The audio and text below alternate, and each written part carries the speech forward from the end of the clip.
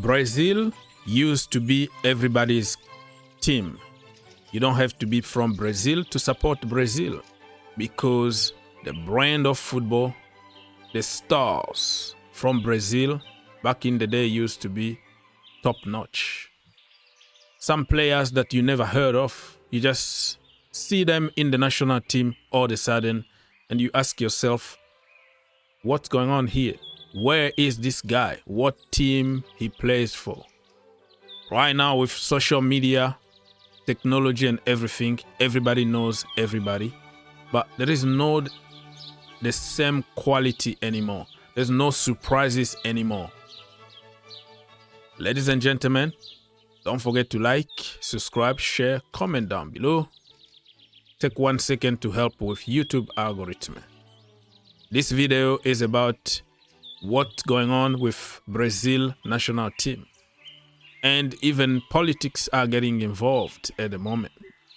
I'm not Brazilian, but everybody likes Brazil. How can you hate Ronaldo, Romario, Bebeto? You know what I mean? People like that back in the day, it's just top of the top. Pele. You can't hate Brazil. And we're going to discuss about them today because it concerned the entire world. So according to report, Vinicius Jr, Rodrygo, Raphinha, Endrik, Neymar Jr, Gabriel Jesus, all the Brazilian bowlers that are playing in Europe or somewhere else could be banned from playing for the national team. It's not banned because nobody got authority and power to do it. It's a long process, but that is the way it's been interpreted in the media right now. So President Lula is he's a Brazilian president. I think he went 4 years, got defeated or whatever, and then he came back and he's the president again, just like Donald Trump. So let's not talk politics here, but football is also politics. People will tell you, don't mix football, don't mix sport with politics, but it's a bunch of crap. Okay? Politicians use football to their advantage to control the population. So politics and football need each other. They are helping each other. So those are just slogans. Those are just talks. Oh, don't mix politics. This is not politics, but in reality, 100% it's politics. You will see Gianni Infantino, president of FIFA, UEFA president, AFCON, whatever organization it is, they are always eating in the same table as the head of state, the president. They're always invited by the president. They're just making some deals behind closed doors and all that. So politics and football, same people. So there could be bans because the Brazilian President Lula said that he would like to see only players playing in Brazil play for the national team. For him, he does not want other players who are playing in Europe or other countries to come and play for the national team. He will meet with the Brazilian Federation President, Football Federation President, to talk about it. Let me tell you right now, it's not going to happen. Because this is losing money to the federation.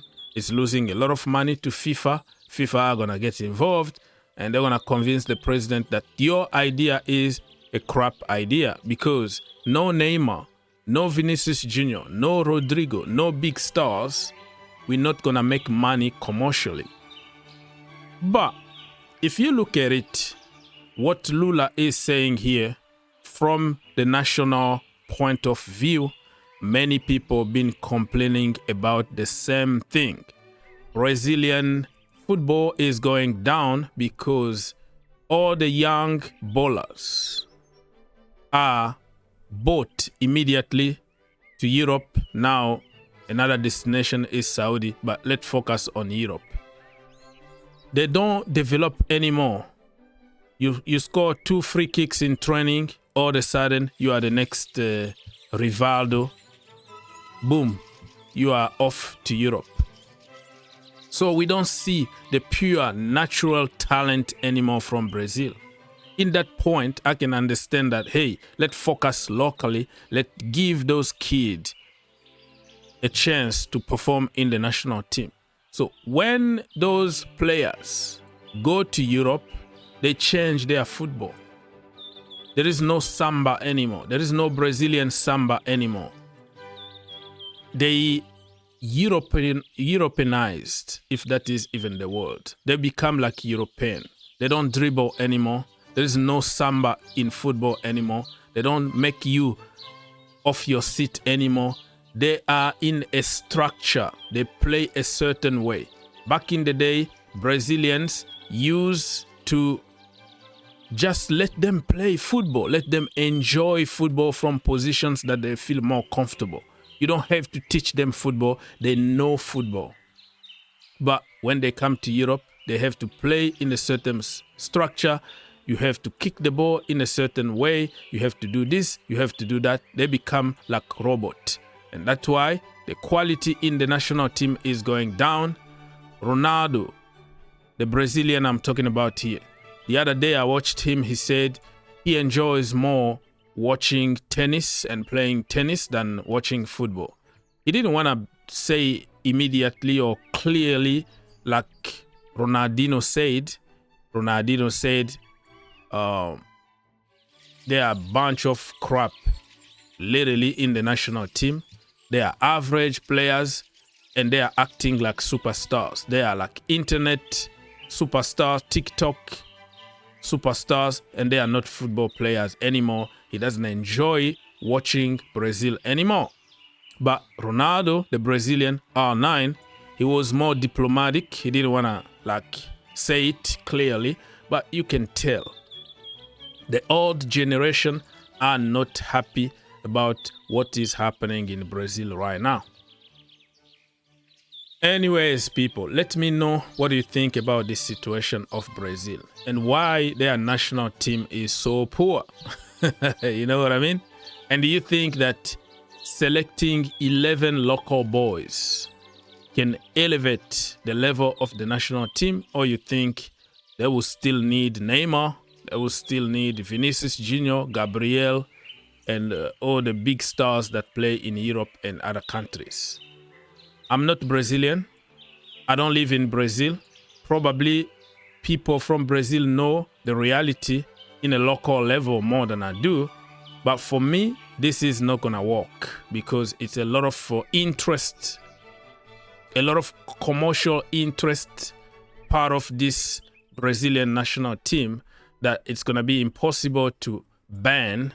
The FIFA is gonna be involved and it's gonna be like, hey, come on, man. You know, scratch my back, I scratch your back.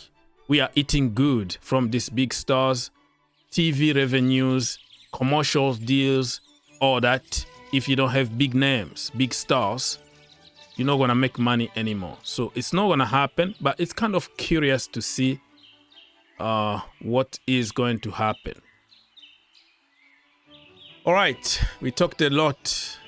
And this is the kind of big stars that we have now in the national team, right? If you go on TikTok, Instagram, always you find them playing poker 24/7, playing video games with high speed show.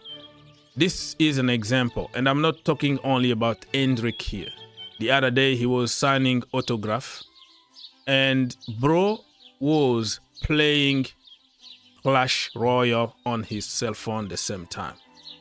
One signature, and then he went back and started playing the game again and taking a picture with Are you really focusing on the fans here, or you are there because you are obligated to be there? So there is no sincerity. This is the kind of style we have, and somebody need to talk to him. He's a young kid. He's like 18 years old or something like that. He's still a kid, and people need to tell him to respect the fans. I know this is the new generation. I'm very old for this and my time is gone and let him do his time. But somebody needs to tell today's generation that they got money, they are fame today because of the fans. And you have to respect them.